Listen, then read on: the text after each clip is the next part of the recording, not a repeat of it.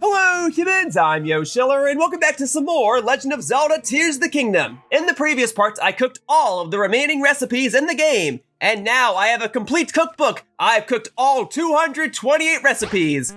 And the irony is that with this walkthrough being so close to the end, I'm probably only going to cook 2 or 3 more things. But anyway, I have cooked all of them. And with all 228 recipes cooked, 100 plus side quests cleared, 132 shrines conquered, 120 light roots discovered, 6 monster medals earned, 58 wells located, 140 or so caves discovered, dozens of armor pieces obtained and upgraded, and 1,000 Korok seeds collected, you may now be wondering, what's left to do in this game?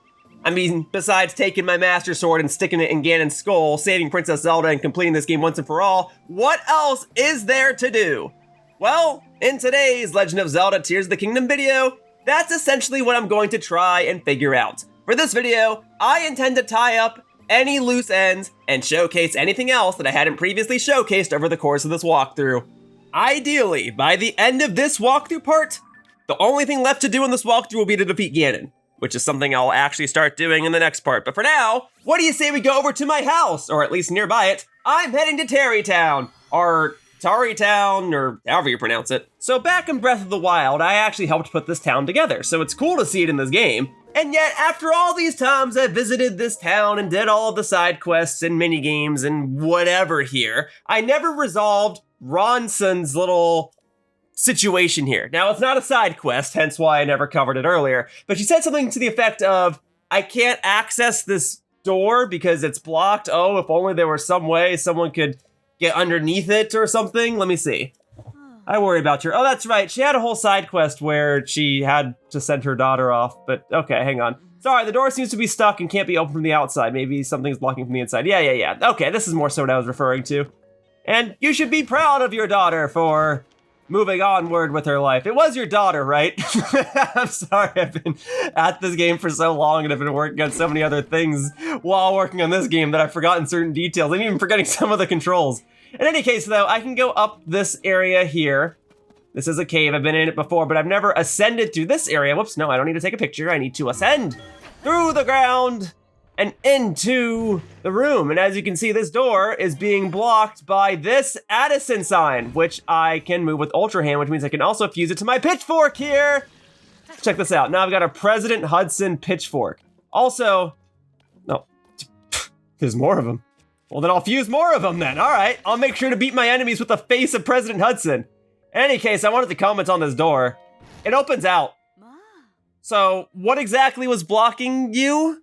This wasn't falling out, it was laid horizontally, but whatever. If you want to smack your enemies with the cardboard cutout of President Hudson, you can do so by simply ascending into this room, opening the door, and then forever gaining access to the supply of President Hudson signs. So that's fun, and there, now I've resolved Rhodson's little conflict. That's not a side quest, but I did it.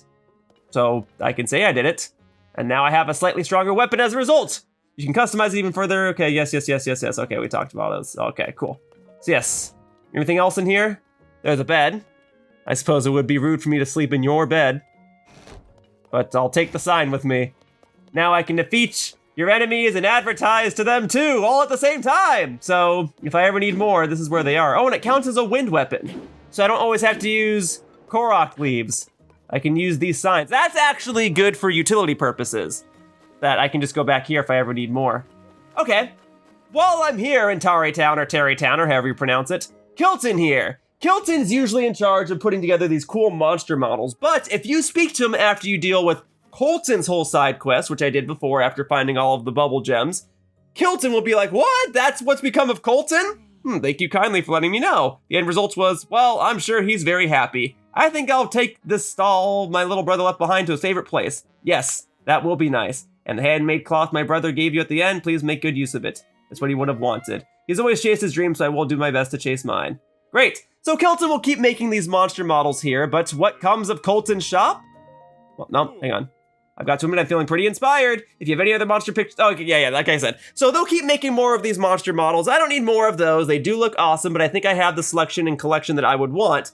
But as for Kolton's shop, did not mean to do that. That was an accident. As for Kolton's shop, Kolton shop can now forever be located on Satori Mountain here in Western Hyrule. Now, it is said that Satori Mountain is named after the late former president of Nintendo, Satoru Iwata, a great man in the gaming industry whose legacy shall be remembered forever. It can be argued that Kolton, after he obtained all those bubble gems, went on to a new life, but his legacy shall also live on forever, and so it is fitting that his shop is now here on Satori Mountain, home to all of these friendly wildlife creatures, the bloopies, and the pretty flower known as the Silent Princess. So, very cool that his shop is now here, and it is also very cool that there was a star fragment in the background.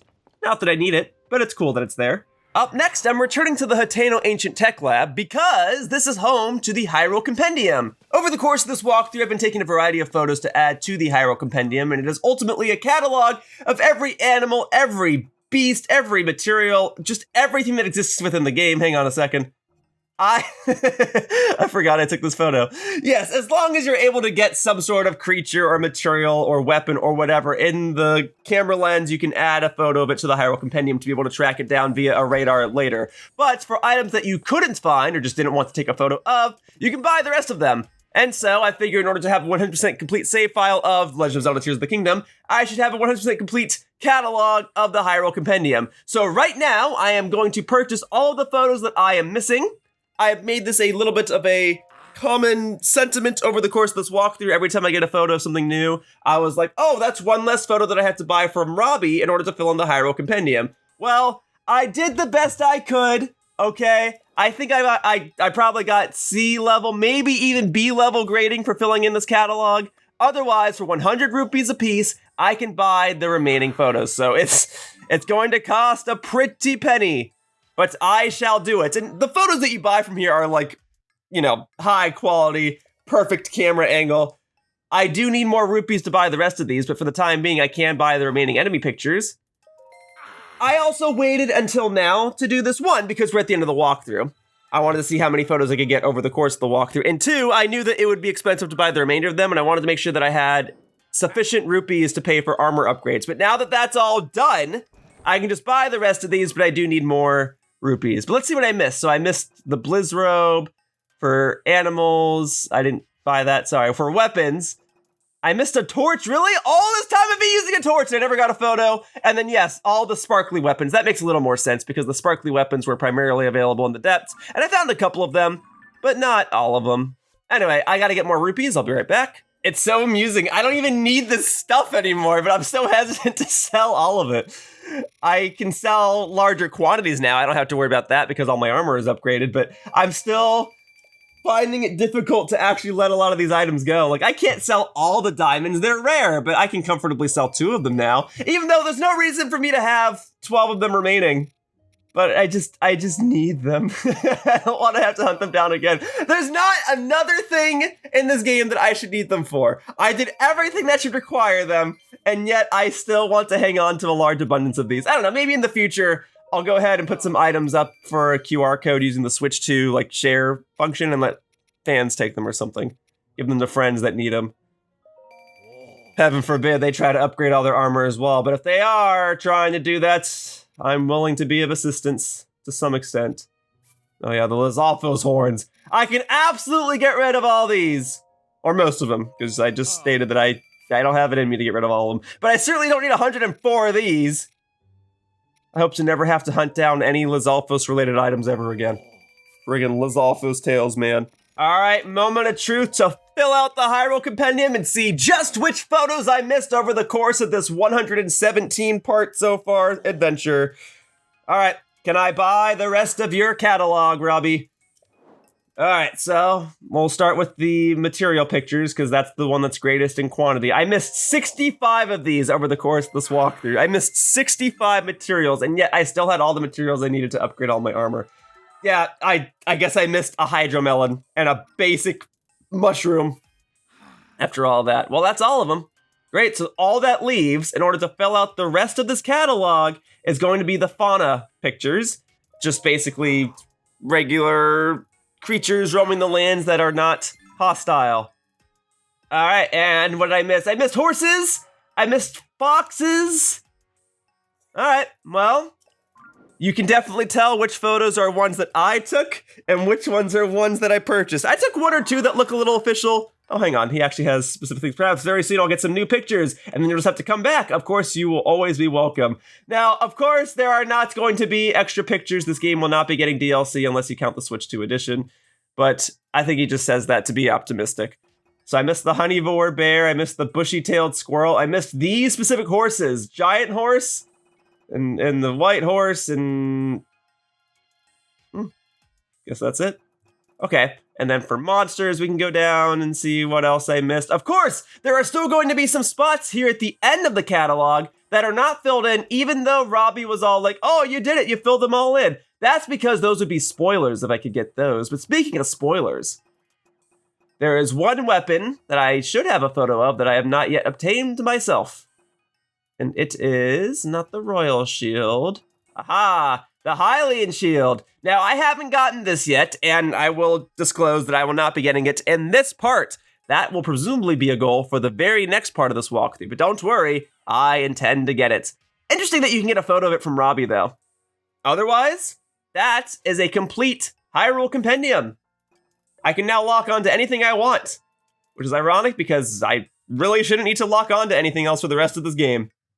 Now then, what do you say we have some actual fun, not just buying stuff like I've been doing over the course of these past few videos, buying materials for armor upgrades or buying ingredients for food or flat out buying the food. Nah. What do you say we actually go and have some actual, genuine, no strings attached to an extent fun? All right, I am back on Eventide Island. You guys remember this place?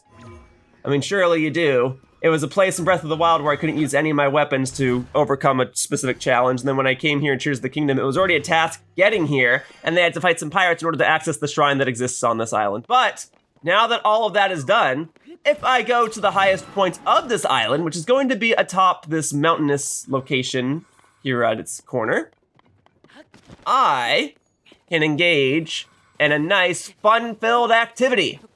Oh, I did not mean to jump off. I will collect that mushroom, though. Free mushroom's a free mushroom, and frankly, I could stand to cook more foods that are giving me speed-boosting effects with all this running I've been doing. In fact, it's even nighttime. I could put some nighttime speed-up gear on. Anyway, so right about here, where you can see the rest of Hyrule in the background, you can access... Well, actually, I'm not even certain of my own words. Aha! It must be this lovely group of characters over here. Hello, the skies beckon. Yes, hello there. What's happening in that head of yours? Taking any interest in my work? Well, I'm gonna need more details. You could just sit back and let the science happen, but no, you want all the ins and outs picked apart. Fine. Mimo, fill the young man in! All right, see the object over there that looks like a sea of wings? Mr. Brandley thinks that it may be an ancient flying device that can be used to soar freely through the air, but at present, that's only an untested hypothesis. We need you to prove or disprove it by getting on the wings and flying to the objective. How about it? Ready to cast off gravity's cruel bonds and soar? Marvelous! You won't regret it! Now, to be totally candid, we've run into an unexpected funding shortage. So I hate to ask, but would you mind kicking in, let's say 20 rupees? Excellent, thank you for your generous patronage. Mimo, ready the wings? Yes, Mr. Brandley, one moment. So folks, if you come back over here, you can play a minigame. Maybe at one point I said early in this walkthrough I would come back and do this. I don't know if I claimed that or not. But the point is, I'm here now! We got an extra minigame, and I'm playing it in the Switch 2 edition of this game, so I can get some extra high-quality 60 frames per second footage of me performing this task. So I think it's a good thing that I waited so long to play this basic minigame that was available to me so long ago, because now I can get the highest possible gameplay quality footage of it. Until Nintendo releases a Nintendo Switch 3 edition and it upscales the game to 8K or whatever, but for the time being, I've got that 1080p, 60 frames per second availability, and all I gotta do is fly this little wing device over to the target there in the ocean. The closer I get to the center, the better the reward. The closer to the goal, the better data we'll be able to yield. Yeah, okay, ready? Then fly, Birdman, fly! Yes, folks, just before the ending task where I'm actually supposed to do what I have to do to save the land of Hyrule and save Princess Zelda, I get to have a little fun by playing a minigame! Now, all I have to do is stand properly on this wing so it can fly better. And I seem to be messing that up because despite being 117 parts into this walkthrough, I still don't understand these things. That is not how I wanted things to go at all. That was a very terrible and miserable demonstration of how that minigame is supposed to go. So I will try again. But folks, I merely wanted to demonstrate what happens when you fail the minigame, obviously. I mean, you know me, I wouldn't be that bad at a minigame. No, okay. No reward for doing that poorly. Yep, that's all I was trying to do, was showcase how bad you can be at the minigame, that's all. I mean, what kind of walkthrough would this be if I only showcased myself exceeding at every single task I do like I always do? You know? Anyway, let's go ahead and do this again. I've got the necessary patronage for it, so here you go. That's all. I just wanted to make an extra donation. You said you had something of a funding shortage, so I am being a great donor to that cause.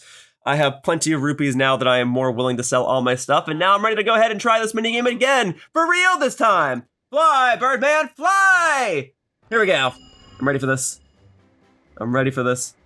All right, I'm just gonna stand in the center and see where it goes. Well, it definitely seems to be higher in elevation this time around, so I guess that's the strat, is to stand in the center up until you're certain that you're over the trees. Yeah, I was so low last time because I started making it turn so early, but I do have to make it turn because I gotta get it inside the rings here. If it was just a straight glide, well then that wouldn't really pose much of a challenge, right? So now the goal, now that I'm in the proper trajectory, is to get it into the center here. Okay, we need to go back a little bit. Oh, am I gonna do it? Oh, so close! 16.2 meters away from the center, but I will take that. That is much better than my previous results, and hopefully it better demonstrates how to play the minigame. You landed 16.2 meters from the center. Yes, I did. Not quite bird-like, but not bad either. This will give me a good starting point for my research. Meebo, give the young man his reward. Well done today. A little more practice. Here's your reward. And there you go. You spent 20 rupees to get 50. Technically, I spent 40 rupees to get 50, but I walked away with a profit all the same. All right. Now, I could play the minigame one more time, but it is raining right now. Well, okay. I'll go ahead and play it. All right, let's see what this minigame is like in the rain. Now, in this game, I am almost certain that gliding in the rain doesn't necessarily change anything. Yes, it would change if I had a hot air balloon and I was using fire to create heat to raise the balloon, and then the water would put the flame out. But just gliding on one of these, I don't think the rain actually changes anything. Even though in real life, the actual pounding of the rain would change things. But whatever. I also don't have to take into account wind speed while I'm doing this, and I can't even see the target anymore. I already know I have some vision problems, that's why I wear glasses in real life, but I genuinely don't see the target anymore. Well, whatever. Now I'm getting prime gameplay of myself playing this game at 1080p, 60 frames per second, while it's raining in the game and I really can't see anything still. Let's see if I can still hit the target anyway, because I still have the meter at the top. It should be right around here at this point, right? I can't see anything. Oh, now I'm starting to see stuff. Okay, well, folks, we're coming in hot. Hang on, I gotta hit the center, go down. Down, darn you, we're gonna overshoot it. Oh, actually, well, we did overshoot it, but that could have worked out if it was just a little further to the right. The problem was I couldn't even see the freaking target. It's fine. You landed 19.3 meters from the center. To think I did better during that one when I couldn't see the target than when I started out in this minigame in the first place. Still, do I still get 50 rupees for that? Awesome. And I imagine if you were to land in the center of the target, you'd probably get 100 rupees, so you'd spend 20 to earn 100. I ultimately walked away with 100 and spent 60. So, I'll take that. So a fun little minigame that you can do to get yourself some extra rupees. Isn't that great? Oh, but this isn't the only minigame that I never covered previously in this walkthrough. There are plenty of others. So now I am about to head back over to the Tabantha Great Bridge because underneath it is another minigame. And this was true for back in Breath of the Wild as well. But in Breath of the Wild, the minigame was basically a golfing minigame. There was also a shrine with a similar concept where you use stasis on an object to lock it into place, slam it with another weapon several times, then you would launch the object. And there was a minigame based on this to see how far you could hit the object. But stasis does not exist within this game, so let's see what we have in its place. Ain't easy making it here. I can only imagine. Hey there, kid, making it here this late takes lots of guts, gusto, and gumption. That must mean you're here for Ultra Ball Haul, am I right? What's with the blank stare? You never heard of the super popular habit-forming Ultra Ball Haul? I guess that figures since I'm the only one who's ever played it. Thought it up all on my lonesome. The rules are simple. Carry the bar as far as you can before time runs out.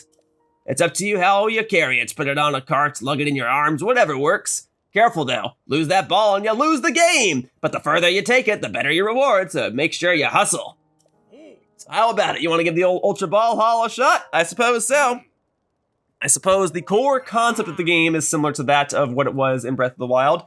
Just get the ball as far as you can. Just this time, we're not using stasis, because we don't have stasis. But we do have my own 2 bare hands. You said I could use my own 2 hands to carry it and see how far I can go, right? So what's to stop me from just walking with this all the way back up to Rito Village or something like that? You know what I mean? I mean, okay, you know what's to stop me? There probably isn't a connecting path from here all the way back up. I think you do have to eventually climb the wall. So I would eventually hit the end of this canyon, which would be the Forgotten Temple.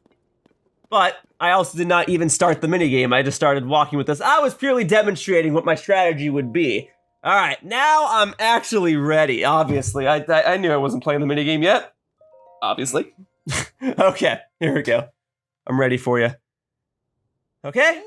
Carry that ball like it's never been carried before. Okay, so I'll try to carry it in a different way than I was 10 seconds ago. I got you. This time I'm gonna be faster with it. Here we go. All right, so I got 30 seconds just to walk around with this ball. Now I'm sure there are more optimal strategies, which I will demonstrate after this attempt, but I am genuinely curious to see how far I can carry this ball just with my own power, my own stamina, and my own willpower. Willpower and power being 2 different things. All right. Well, I can get it to 100, what is this, meters? So I was, 109.0 meters exactly. Time's up! Yes, okay, cool. I got it. That's what it would look like if you merely carried the ball normally. Nothing too special, but it is an option. You took that ball a grand total of 109 meters away. You're scored in it. Wow, me, but I'll give you a little something. Yeah, what do I get just for walking with the ball, huh? I'm surprised I even get anything at all. A blue rupee. Oh, okay, fine.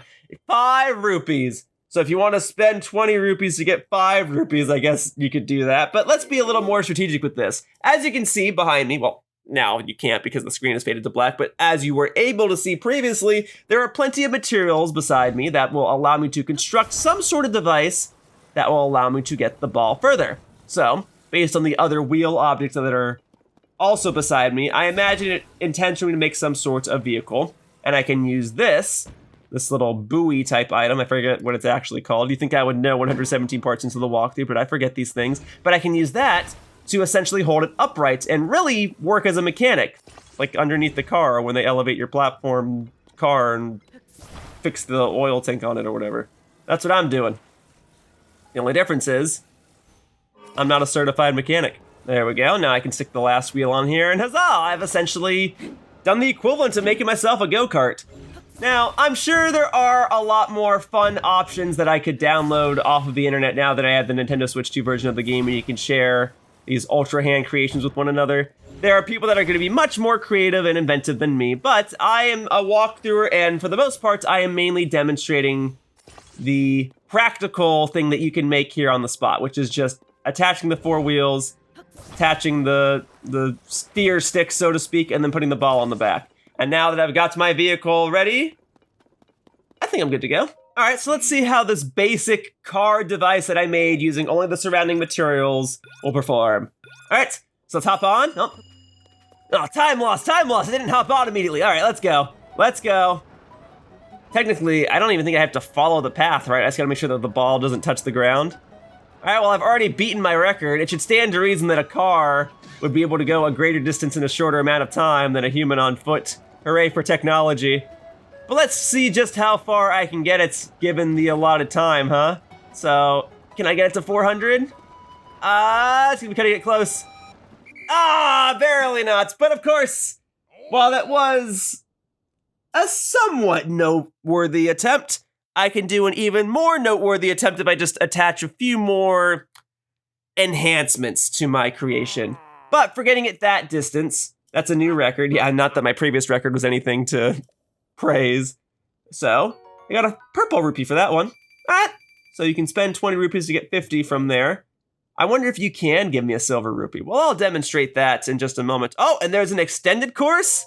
Oh, this must be the one that provides the silver rupee, right? Or maybe even a gold rupee. Oh, hey, you already have my pre-saved, pre-established vehicle. Well, okay. So, I thought I saw some rockets over here. Was I mistaken? Is it just more wood? Are there any other Zonai devices that I can utilize? No, there are rockets. Well, folks, this now extends beyond just being a mechanic. Now it's time to be a full-on engineer. Or some sort of physics trialist. Let's give this thing some rocket power. And not the television show. And by the way, there are times when I'm editing videos like this and I have something on in the background, and so I put rocket power on just because someone uploaded episodes to YouTube. And I was like, was this show still good? The answer is no. The show, outside of the episode where they meet Tony Hawk, rocket power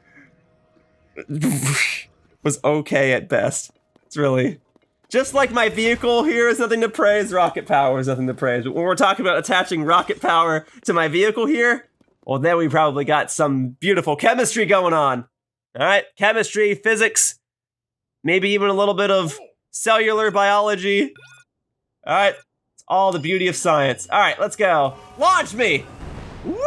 Oh, we're going off the course! Okay. That was a strong start. Just like that, I already got over 100 meters. And perhaps it is more optimal to go down on this lower path. It's like taking an off-road shortcut in Mario Kart. I used the mushroom so I didn't lose my speed. And now I'm just utilizing an off-road bonus. Which is something that some people do on world records in Mario Kart. You play as the character with the highest off-road stat, and then you go to an ice course where ice counts as off-road, and then you just use that character to have consistent speed the entire time. If I'm not mistaken, back in Mario Kart Wii and even Mario Kart 8, the character with the best off-road stat was Toadette. That was definitely true for Mario Kart Wii. I think Mario Kart 8 was just like, maybe that weight class, or maybe it wasn't even Toadette's weight class, maybe it was the middle weight class, because I think I recall Tanuki Mario holding a record on GCN Sherbet Land. Point is though, having an off-road stat is viable for that one record. And then even then, I think Mario Kart Wii found some way to surpass it with Funky Kong.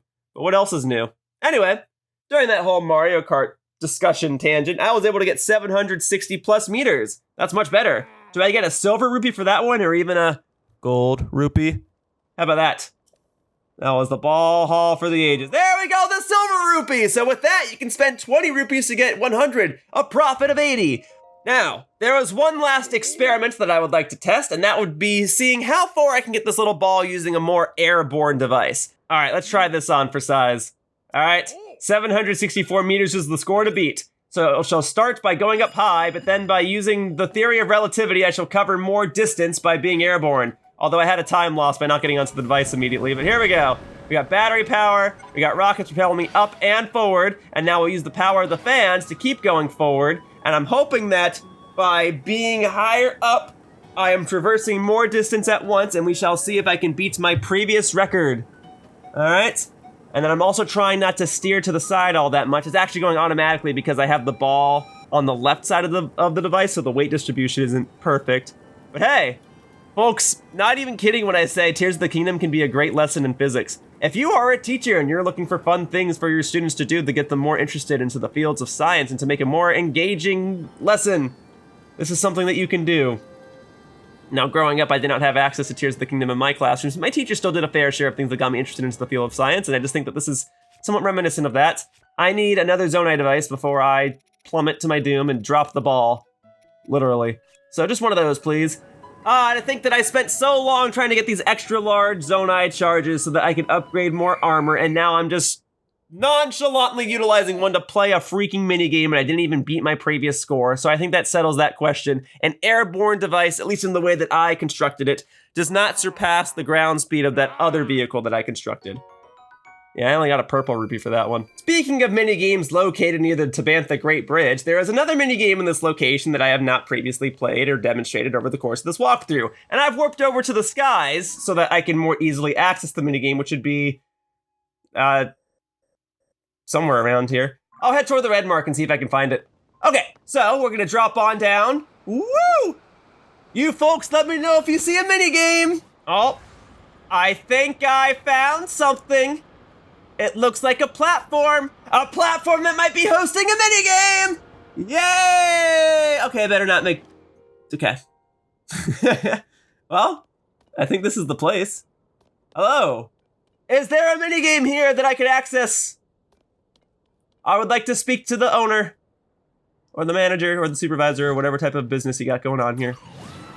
Perhaps it is you, Rito, what's going on, my man? I just spoke to Rito to do another minigame. Is it you that's hosting this one? I'm gonna train again today to become an all-time great Rito Warrior! Rito Warrior? Huh? Who are you? Someone else who aspires to greatness? Guess you heard my little pep talk, huh? For us Rito, our ability to control the wind is our big advantages against fighting monsters. That's why I train here every day. Aren't you curious what kind of training I'm talking about? I don't know why I decided to make him sound like Vector the Crocodile. Of course you are! I use these sweet things to mine to return the balls that fly at me, pushing them back one after the next. What do you think? Want to give it a try? Ha! Then think you can wing them in like me? Then let me show you how the setup works. See that impressive tower back there? We built this baby just for this. The operating guy is Tabot, and I keep him on retainer so I can train. Hi, Tabot. Tabot will lob balls at you. The game is to return them into the moving basket. Okay, so I guess I have to catch the balls with Ultra Hand. You'll be faced with a total of 12 balls. Getting a green one is worth 1 point, but the red ball nets you 3. Ah, that's interesting. I don't see a featherless guy like you doing any better than me, so I'll let you use any tools or mysterious powers that you can. Okay, so yeah, I guess I have to catch the balls with Ultra Hand and throw them back into here. In a way, it's almost like playing goalie, except I'm not blocking the balls necessarily. I'm just trying to make sure they land in a specific location. So maybe it's not like playing goalie. All right, I'm just gonna start once I get going. I don't stop till it's over. You got it, dude. All right, let's see what we got. So I see. Hang on. Okay, I'll keep going. I messed up. Oh, thank you. You're automatically gonna reset me. I appreciate that. Give me that. Oh, I got it. I caught one. Yay. I did it, folks. Oh, okay. All right. Take it easy there. There you go. All right. Easy. Hey, a shooting star. You're distracting me with shooting stars. But okay. Easy. Oh, can it fall out? I suppose it can. All right. Oh, there we go. That's what I'm talking about. Easy. Why do they make all these minigames so easy? Oh, thought I could outsmart it. Evidently not. I got it. Okay. Wait, no! Freak. Easy. Minigame master over here. No, freak, no! Can I recall myself? Oh, dude, that Rito dude that I made it sound like Vector the Crocodile isn't gonna be very pleased with me. Nope. Alright, well. Folks, this is just how life goes sometimes. Sometimes it's easy and sometimes you have no idea what you're doing. Oh, man. Oh, man. Oh, man, my Ultra Hand's not even reaching anymore. Come back to me, please! No! Come here, give me- No, that was the red one! That one's worth 3 points, is what he said, right? Oh, man. All this, and I'm not even gonna get that star fragment that's disappearing in the background either. What a shame! What a shame! Wait right there, I'll be back over in a second! Phew, I worked up a sweat watching you. Did you? Did you work up a sweat because you were panicking about all the ones I was dropping? Your score is 7 points! That's not half bad! Maybe I've been underestimating Hylians. You're more resourceful than I thought! You deserve something for putting on a good show! Take this! Red rupee. Well, you can spend 20 rupees to get 20 rupees, I guess, but I can do better than that. Alright, I'm sorry I called your minigame easy! I admit, I suck at it, okay? But we played the minigame by your rules. Alright? We played it your way. I'm gonna come back here and we're gonna play it my way. Alright, can't leave in the middle of a minigame. Well, in that case, let me just go inside the basket. Yes, I quit! You can keep the 20 rupees. That's chump change to me now. I'm so far in this game, I'm good on money, which is a very fortunate thing I can say with my life here in What? Hey! Cheater. All right. It's time to play this minigame my way. The Yoshiller way. Okay? All right. I'm going to show you how the master does it. All right, let me show you how it's done. All right. You got your little device here. You got your whole constructed thing for this minigame ready to go? Well, so do I. I've got my own little device here. I've got my own little constructed thing for this minigame. Check this out. All right, so first, we take one of these. Gotta be fast so I don't waste time. We're gonna use this as a counterweight, have it hover for a second, great, and then using Ultra Hand and the power of an item that costs 63 Zonite, I've got my own little contraption that I can use for you, okay? I know I missed one of them, but for the rest of these, nah, I'm not missing them again. There you go. Try that on for size, all right? Yeah, go ahead. Go ahead and pause in bewilderment. I can now get all of them. If it doesn't immediately land on the platform, now I have a greater area where I can run around and catch them with my own 2 hands. Or my Ultra Hands, if I can even lock onto it. Oh, I wasted time getting that one. Well, that's okay. I can... Still missed one. Well, I can still get the rest of them. Give me that red one. Boom. Give me that one. Yeah. Oh, so much better this way. So much better this way. Give me that. This is how it's done. Folks, if you have 20 rupees and 60 plus Zonite to spare, and then like an hour of going to the stables to construct a bunch of wooden pieces together, this is the way to play the minigame. I had to go to the stables like 10 times to build this together, and it wouldn't let me attach anything else. But I got a new record! I love it! Woo! Yep, come here. This is how you do it, alright? This is how it's done. Hey, come here. Nope, nope, nope, nope. Got it. Oh, look at that. It's like having a spatula mixed with a popcorn scooper.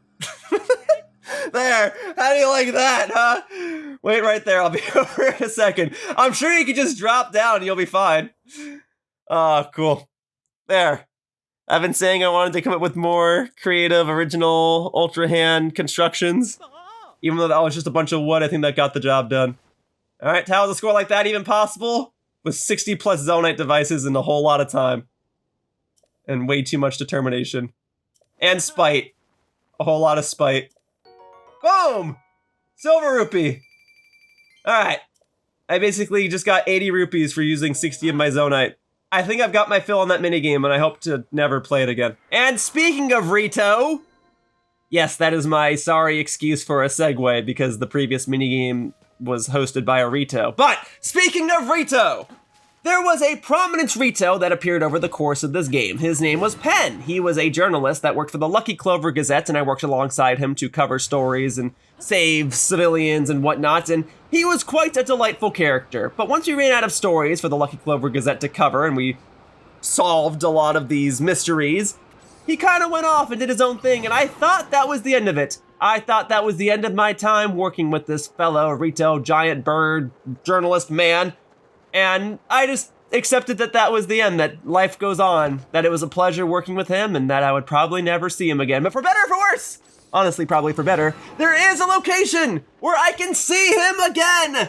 He is at the location of a previous bird character's prominent location. See, back in Breath of the Wild, there was another great Rito giant birdman character named Cass, and he went around various parts of Hyrule playing an accordion, and he was so awesome, and I got so happy anytime I heard that melody nearby because I knew that Cass was nearby, and Cass was so awesome, but Cass does not appear in this game at all, and that is unfortunate, but you know, sometimes I just have to accept that what is going on in the life of another person is not my business.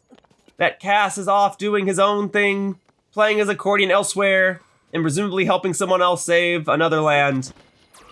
All this to say, though, the cool bird Rito character of this game, Penn, now stands where Cass once stood, thereby confirming that he is another awesome giant bird man Rito character. You can even see him up top there, looking out beyond the horizon. Well, I shall go join him momentarily. His business is my business because we worked in the same business together at one point. That was a Lucky Clover Gazette. And I figured if I can't have one cool bird character, I wouldn't want to say that I'm settling for the other because Penn is more than just someone you settle with, but I like that I can at least know his whereabouts after my time working with him. Anyway, I got plenty of rockets from when I was trying to do that little car minigame thing, so well, anyway, I've got plenty of rockets from when I was trying to do that little car minigame where I was carrying the ball earlier, so I will go ahead and get another one of those. That shield was destined to break, and I should have known better, and I'm gonna just move past it, and we're gonna move on. It's a waste of a rocket, but I can get more. We're fine. All right. Penn! My old Penn pal!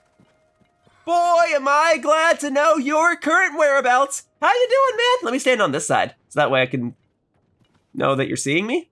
I think. Seems like all my other little characters here want to stand around you. I thought there'd be at least some clue, but there's nothing. Penn!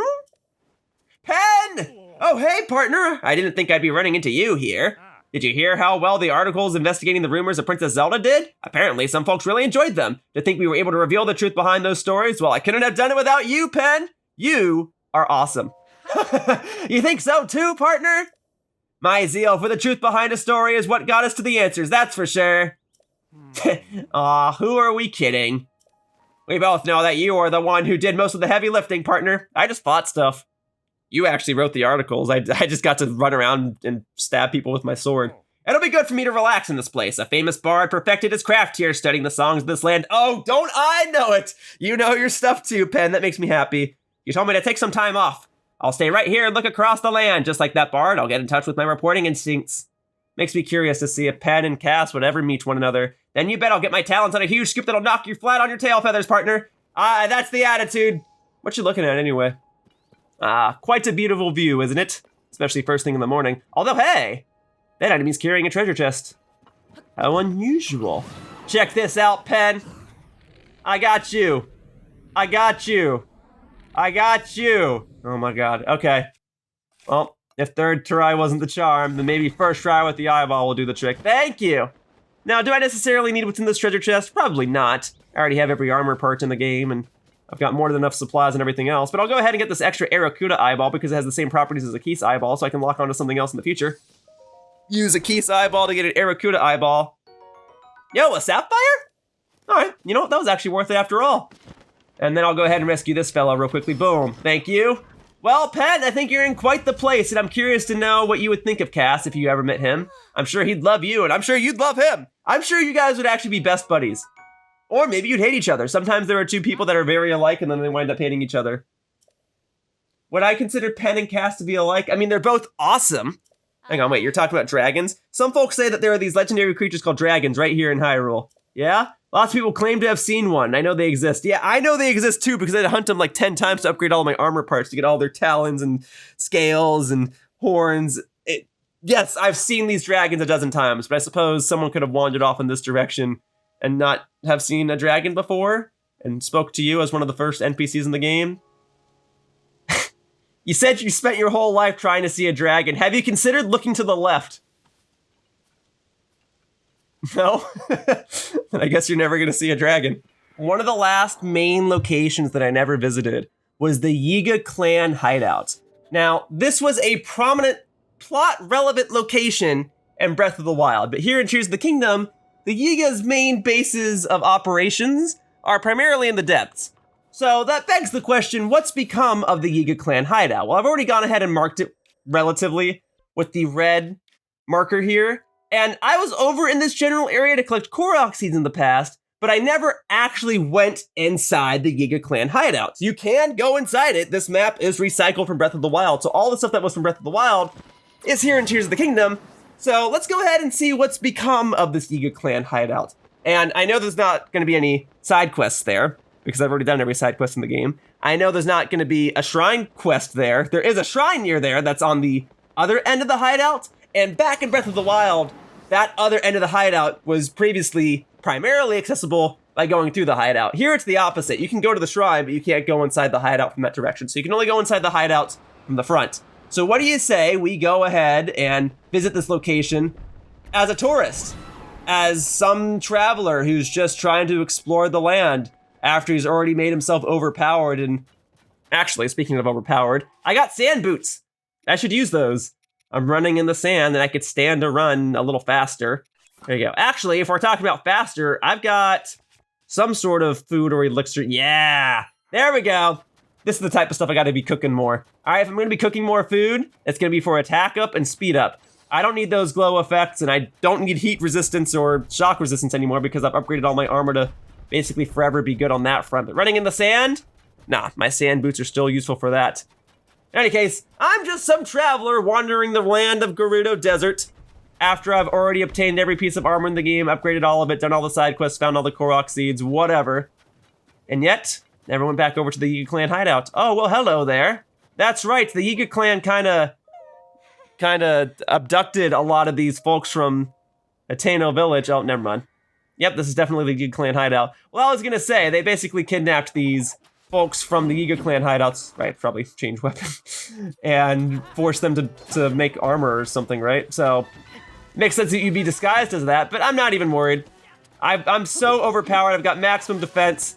I've got super powerful attack. Boom. Look at that. And as a reward, I get bananas and rupees. And let me tell you something. One thing I can praise about the Yiga clan members, I'm glad that your fruit of choice is bananas, because in recent times, with my unfortunate medical woes, I have found that bananas have also been my go-to fruit.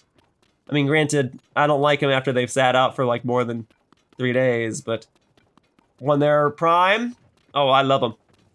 Very convenient fruit to have. Anyway, this is definitely the Yiga clan hideout. With a guy like that and markings like these, you know you're in Yiga territory. But of course, I'm not even worried. Does it look like I'm worried? Does it sound like I'm worried? Because I'm not. Whatever this Yiga clan tends to do, I usually defeat them anyway. So now that I'm an overpowered mess of a character, I don't see any reason why they should be able to pounce on me. In any case, I should be able to go in through the front here, but it looks like it's closed. But there you go, Yiga clan hideout, major point of my map that wasn't visited in this walkthrough until now. Hey, so I heard I can learn this really cool move called the earthquake technique. Oh, someone's inside.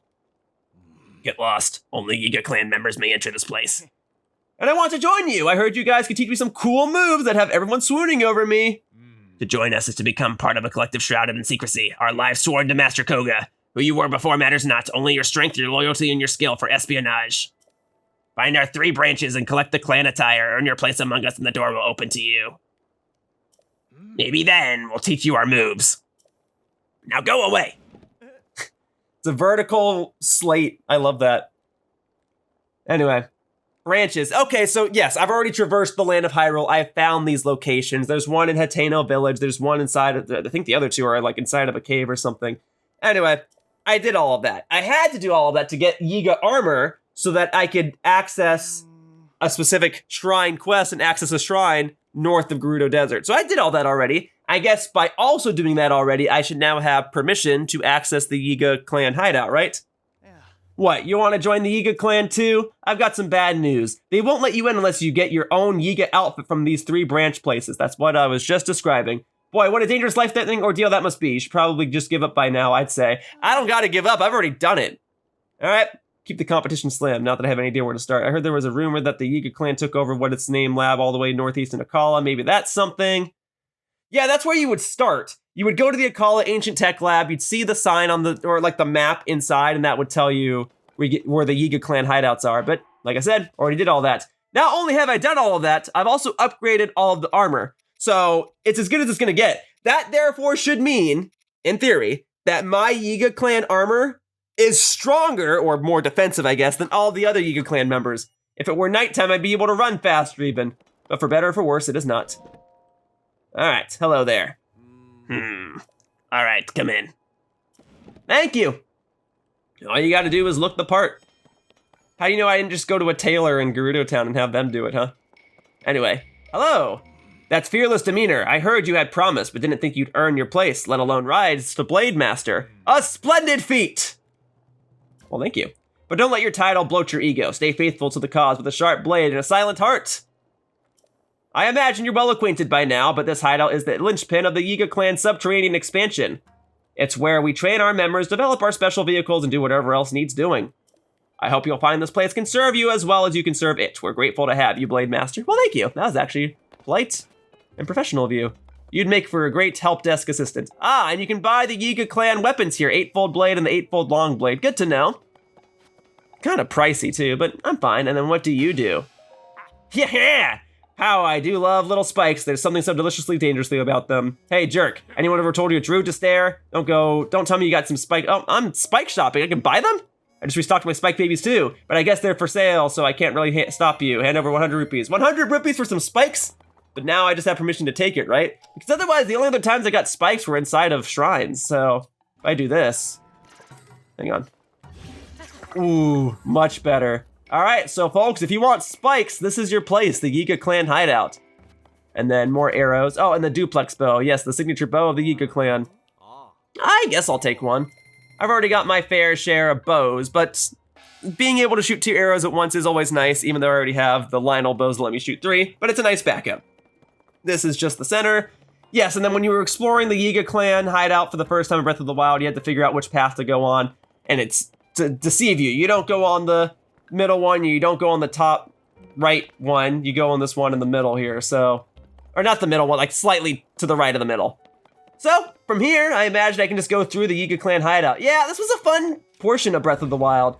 You basically had to sneak your way through, not get caught by the Yiga members. You had to throw bananas so that you would distract them. It was kind of like this game's equivalent, or that game's equivalent, of playing Metal Gear Solid.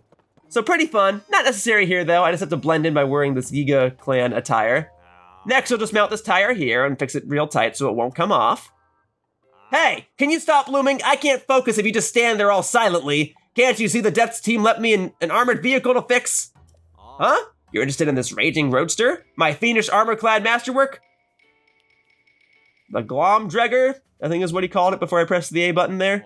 If you really won't take no for an answer, I could sell you one for 999 rupees. Huh? You're a blade master, aren't you? For you, I'll let it go for much cheaper, 500 rupees. You're lucky I'm good on fortune, buddy. And don't tell anybody you got it from me. Okay. You got a deal. So is it for a schematic? So I can just make it whenever I want? Let me know if this needs tuning and we'll make the Glomdregger more monstrous than ever. The product in question is outside. Follow me this way. It's outside, is it? Well, we have a little dirt rally where we can test it. There it is, tires and all. Take it. Really? Oh, hey. Hey, maybe I did see the Yiga clan people driving around in one of these back down in the depths. Well, this would be a great way to traverse the Gerudo Desert if I still needed to. It is a little slow. It could stand to have some rockets attached to it, but I guess the other idea is that if an enemy were to oppose me, I could run them over and not think twice about it. And there are some enemies over there where I could test this, and I imagine that's the idea, but I would like to get a move on. This is cool though. Kind of wish I had the schematic for it. I guess I could reload it with Ultra Hand later on and recreate it and then favorite it from there, possibly, if that counts. Otherwise, I spent 500 rupees on it. And again, fortunately, I'm good on money. If I still needed to traverse the Gerudo Desert, that would be great. But I can't imagine how convenient it would be to get that earlier in the game. Because if you came here early on, so you went to Yiga Clan first before you did any Gerudo Desert stuff, you'd have to get all of the Yiga armor parts first, and that would require you to know where the locations are, presumably meaning you went to the Akkala Ancient Tech Lab first. Then you'd have to actually get all of the armor parts. Then you'd actually have to have 500 rupees to buy that thing, and then you'd have to be willing to drive it through Gerudo Desert. So not super convenient.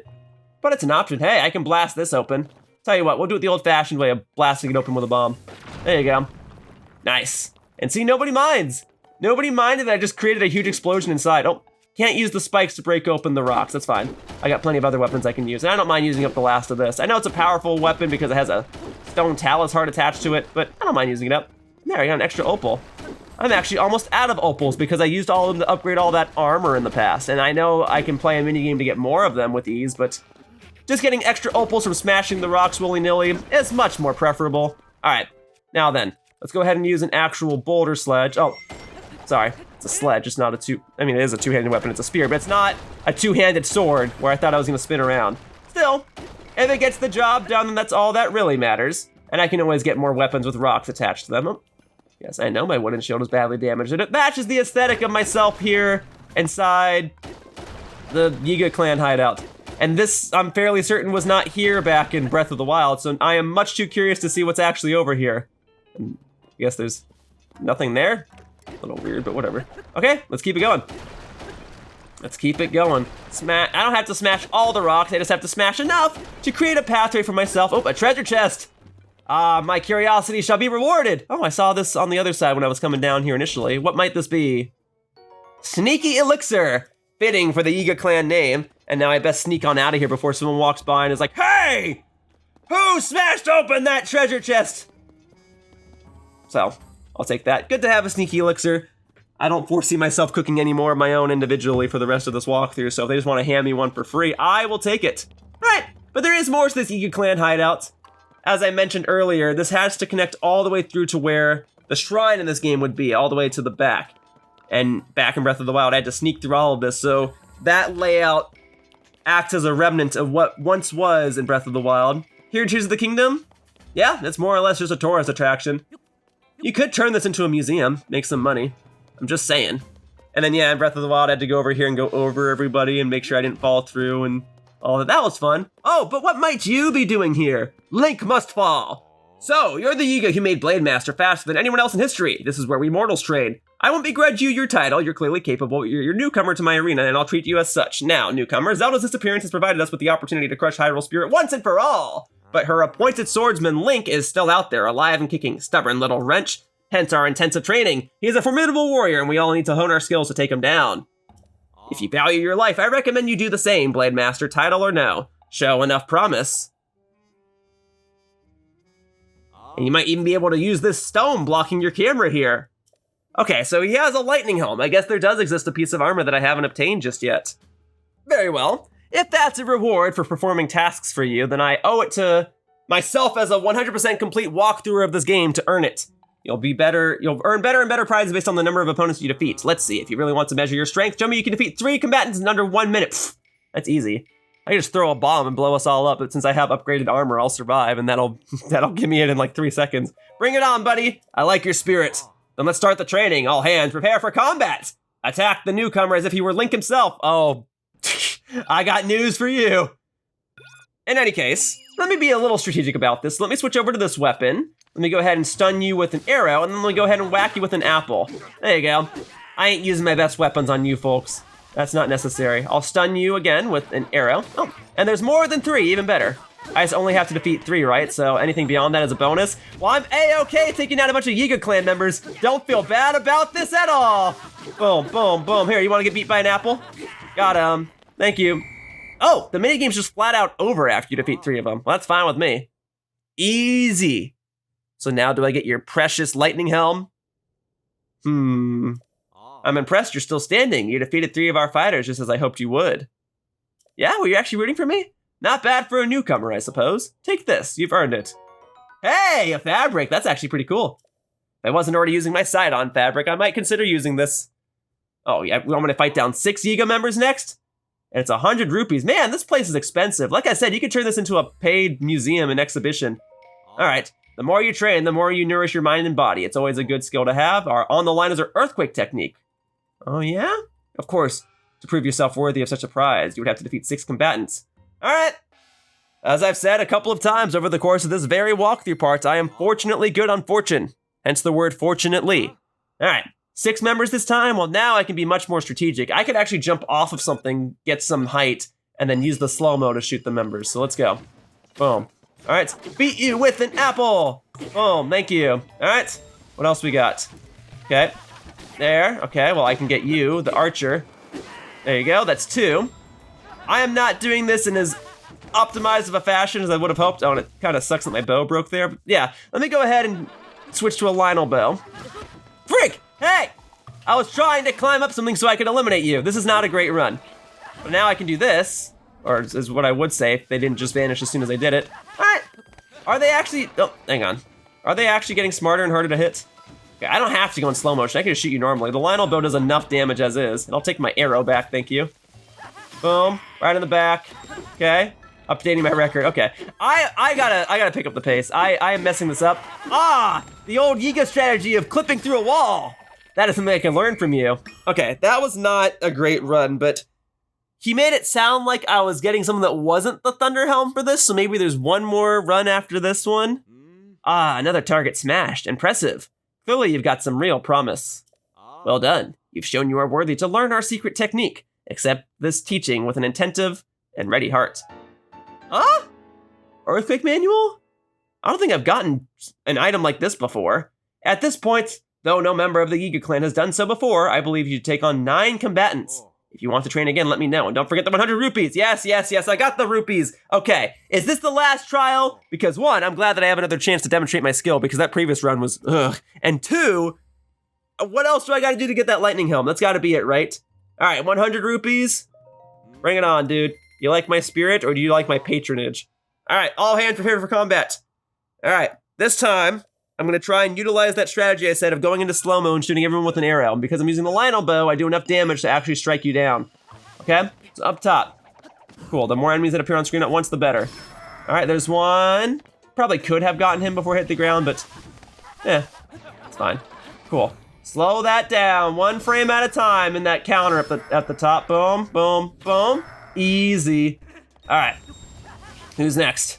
Okay, boom, thank you. Oh, I'm so glad I have 400 plus arrows and that I can buy more at the front of the Yiga clan hideout if I really need to. Boom, You're done. Didn't even have to use slow-mo for you. Okay. I won't even use arrows for you. I'll still smack you with the same apple I was using for everyone in the previous rounds. All right, and then 2 more. It's go time. Boom. And boom. You know, this must be a fun minigame for your team here. All right, everyone, go on and attack the new guy. Is what it would be if I wasn't secretly Link underneath this mask and readily able to slay everybody here. Many capable fighters have trained in this arena, but you're the first to defeat 9 of your peers. If you're this talented, you might even be an even match for the nefarious Link himself. Great, come now and receive our sacred treasure. Lightning Helm, baby! So this is already lightning proof. You don't have to upgrade your armor to get lightning resistant gear. And this was a piece of headgear that existed back in Breath of the Wild. And I guess the Yiga clan members got a hold of it, and I have it now. So are you gonna throw a fit if I put this on and I'm not wearing my Yiga armor? No, they kept me in here. I earned this. All right, and now, this area is open. It really is some Helm. Yes, yes it is. Ah, the banana horde! Don't tell King K. Rool about this place. If you have time to laze about here, then you have time to help. We still don't have enough supplies for our bases in the depths. That Link jerk wreaked havoc at the branches and interrupted our supply of food and materials. Meanwhile, the folks down in the depths are all running around trying to get things back in order. Ugh, I'm supposed to be an agent of combat and destruction. Why am I stuck like this? Some fools keep yammering about how Master Koga has fallen, but Master Koga is indestructible! That's why I'm gonna do everything I can to protect the Yiga clan until he's back. Well, I, in some regards, can appreciate your devotion to the craft. Oh, yeah, you like my lightning helm? Just earned it like 2 minutes ago. The way you carry yourself, you must be the one that I've heard all the stories about. You've got a reputation for being the chosen user of the lightning helm. Nobody else could handle that thing. Wear it everywhere you go and show off its power as much as you can to honor the great Master Koga. Rumors are swirling that Master Koga was defeated by Link. Impossible! Do not concern yourself with these lies, but redouble your devotion. Well, in some regards, I can respect your passion, but you're gonna be in for a rude awakening soon. Have you considered having some sort of backup career? You could make for a great chef with all those bananas. In any case, I guess that more or less is the entirety of the Yiga hideout. So you come over here, you can gain access to buy Yiga clan weapons, I suppose. You can play this minigame where you get to shoot at Yiga clan members, that's fun. And then if you clear all the minigame trials for 100 rupees a pop, you can get the earthquake technique and a lightning helm. And then yeah, there's this little area up here. I guess it just kind of shows the lore of everything, showing how the Yiga members react after Master Koga is defeated or what they think Master Koga is up to. And they just can't accept defeat. Anyway, the Thunder Helm has been passed down from one Gerudo chief to the next for generations. Though we were briefly able to steal this electric shock repelling helm, it was quickly retaken. We had mistaken their chief's youth for naivete and paid the price for it in turn. Makila Richu is not to be taken lightly. Though our time with the Thunder Helm was brief, we did manage to complete a thorough analysis of it. Finding lightning-resistant materials was no small feat, but I suppose that makes sense for the Gerudo's sacred heirloom. Even with the metals and gems on hand, however, we still cannot seem to replicate the techniques used to craft it.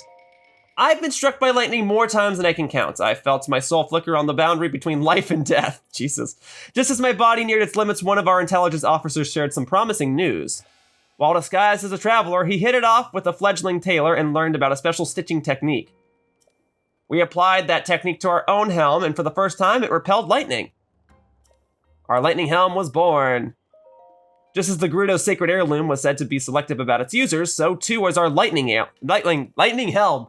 Our inconsistent results were not merely technological, but contingent on the helm's compatibility with the user. Though I had hoped to train someone to wear the helm, the many electric shocks I've suffered have taken their toll. My body is at its end, and my chance to name a successor is long past. Though I can make only one, I leave this world dreaming of the day that a member of our clan dons the lightning helm. And at long last brings the royal family of Hyrule to ruin. Oh, the irony. That's a word I've been saying a lot in this part, but it's true. Just the bittersweet irony that I had to join the Yiga clan to get in here, and that the lightning helm was most compatible with me, someone who's not actually trying to be a Yiga member. He wanted to bring the world to ruin, but really all I could do was bring the world to heroism. Anyway, that's otherwise the Yiga clan hideout.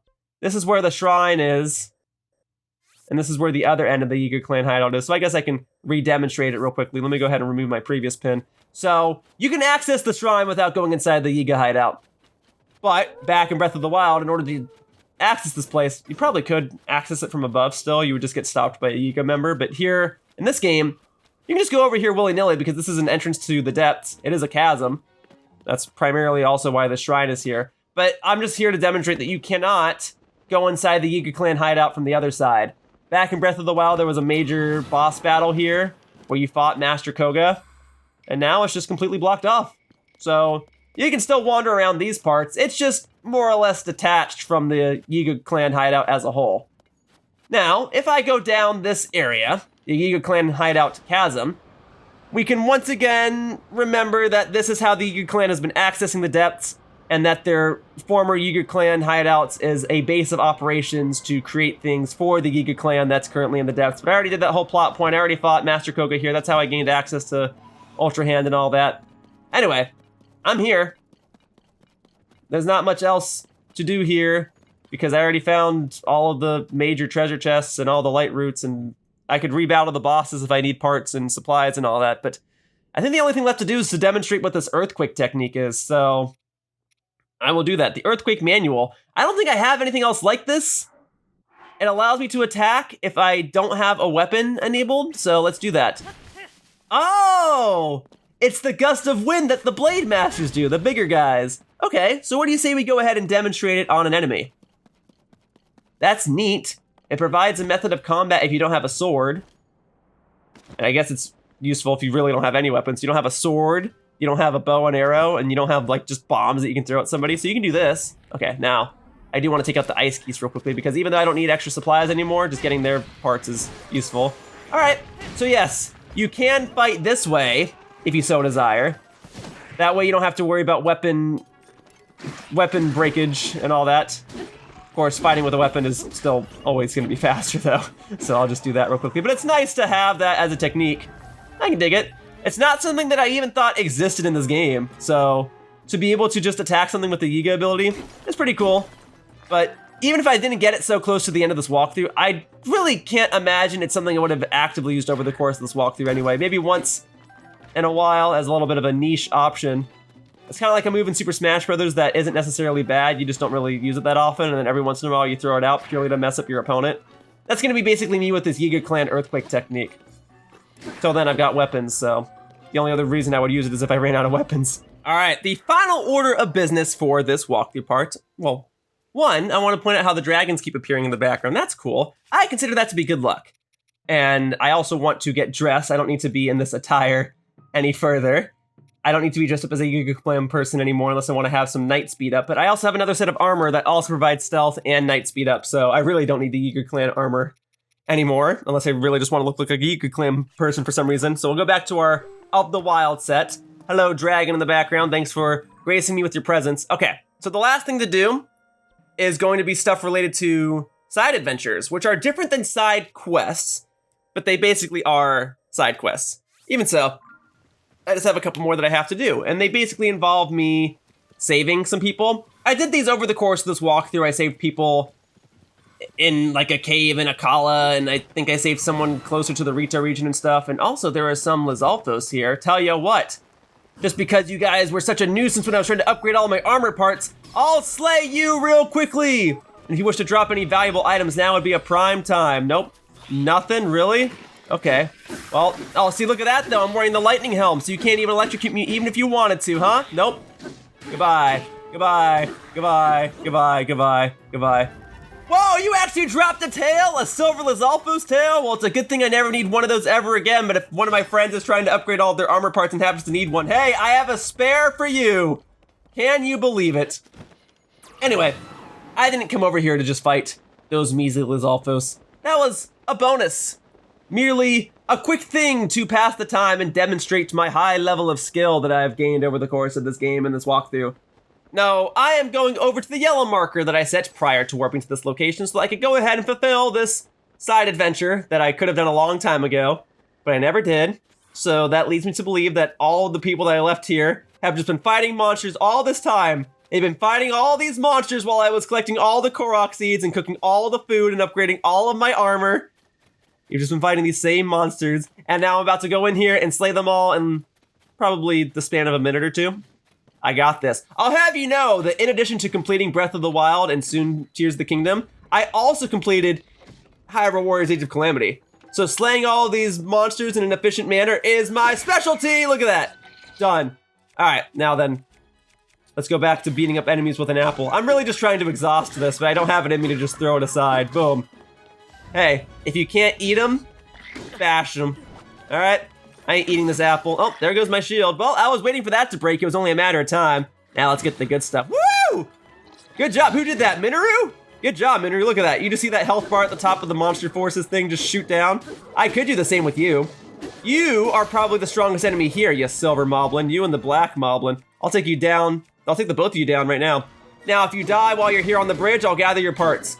If you get knocked off the bridge, that's fine. It saves me some time. Something I could really use right now. Let's see what we got. Either option. What I don't want is for you to die and then all your parts fall off the bridge, though.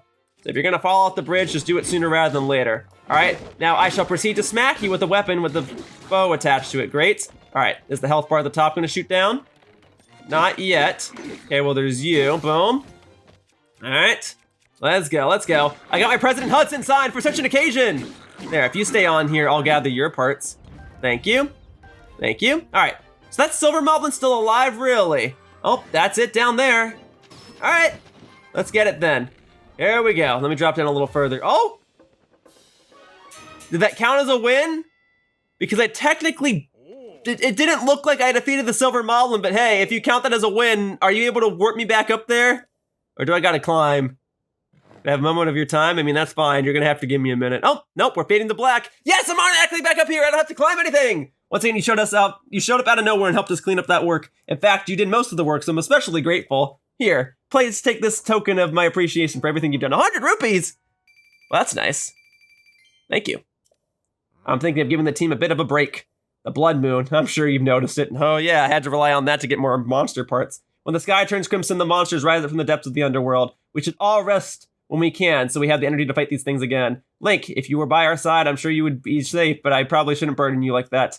With that, it's time for me to go. I hope that we meet on the battlefield again someday. May the goddess Hylia always protect you, brave swordsman. Boom. Side adventure. Done. Put it off for so long. I saved it to be one of the final tasks that I would do before slaying Ganon. Thank you, dragon in the sky. Also, what's up, Zelda? How you doing? Yep, just flying by while the moon glistens behind you. I can respect that. I can also respect not letting this meat go to waste. I mean, look at this. That's a big old piece of meat. I'll take that. Thank you. Since the beginning of this walkthrough, there was a character standing in front of the cave underneath the lookout landing with a red exclamation point. And I've done every side quest in the game, so I figure now is the time to finally get this squared away. So let's see what you could possibly want. Sometimes I hear a creepy voice coming from this hole. It almost sounds like a demon or something. Nobody else claims to hear it, but I certainly do. Between you and me, I kind of worry I awakened some demon when I busted up this wall. And my even bigger worry is that the demon has it out for me now. Robbie, Grante, my beloved family. So it's a side adventure. Interesting. All right, well, let's see what it is. She hears a scary voice like a demon's coming from the opening in the wall. She's afraid she may have awakened the demon. So it's not the Stalnox that resides further down this cave. I fought that beast plenty of times so I could get my monster medals. But there is some extra little detour that I must do before I can consider myself complete with this game. So let's see what it is.